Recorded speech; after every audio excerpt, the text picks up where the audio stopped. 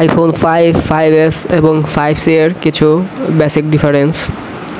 তো প্রথমেই যদি আমরা এর ওএস দেখি অর্থাৎ ভার্সন, তো এখানে 5s এ 12.5.5 যা একটু বেশি তুলনামূলকভাবে 5 এবং 5c এর চেয়ে, এবং সাইজের দিক দেখতে গেলে প্রায় তিনটাই 4 ইঞ্চ ডিসপ্লে সাইজ, এবং নেটওয়ার্ক সিস্টেম যেটা তিনটাতে ইনপুট করা হয়েছে তিনটাতেই দেওয়া হয়েছে 4G,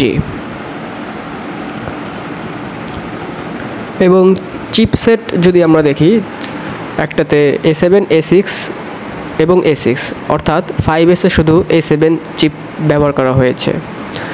এবং স্টোরেজ দেখতে গেলে দেখা যাবে 5s এ 16, 32, 64 তিনটা ভ্যারিয়েন্টেই 5এও, কিন্তু 5cতে শুধু 16 এবং 32 ভ্যারিয়েন্ট। সেন্সর দেখতে গেলে শুধুমাত্র আমরা 5sএই ফিঙ্গারপ্রিন্ট অপশনটি পেয়ে যাব, আর দুটিতে পাবো না। এবং এই তিনটির ওয়েট দেখতে গেলে তিনটাই 112 গ্রাম। আর কালার দেখতে গেলে প্রায় প্রত্যেকটি কালারই তিনটাতে অ্যাভেলেবল, শুধু 5cতে ব্ল্যাক এবং সিলভার কালারটি পাওয়া যাবে। অপরদিকে র্যাম বিবেচনা করতে গেলে তিনটাই প্রায় সমান সমান অবস্থানে রয়েছে, 1GB করে র্যাম।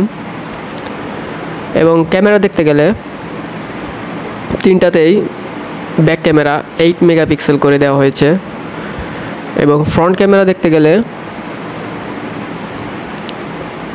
তিনটাতেই 1.2 মেগাপিক্সেল ফ্রন্ট ক্যামেরা দেওয়া হয়েছে।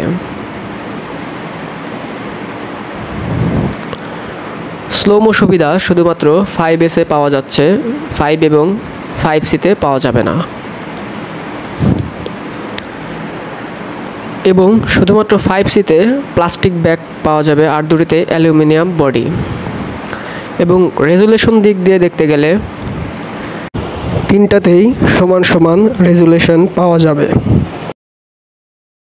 এবং ডাইমেনশন বিবেচনায় 5c আলাদা 5 এবং 5s থেকে, এবং 5s এবং 5c দুটোই 2013 সালে লঞ্চ হয়েছিল, আর 5 লঞ্চ হয়েছিল 2012 সালে। এবং তিনটি LPS LCD সুবিধা পাওয়া যাবে। অন্যদিকে CPU ফরমেশনে তিনটাই 1.3 GHz,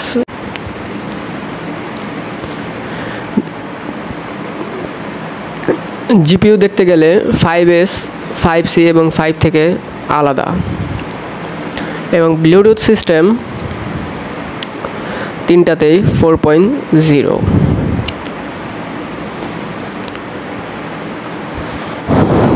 ব্যাটারি 5s এ সবচেয়ে বেশি পাওয়া যাবে এবং 5 এ সবচেয়ে কম পাওয়া যাবে।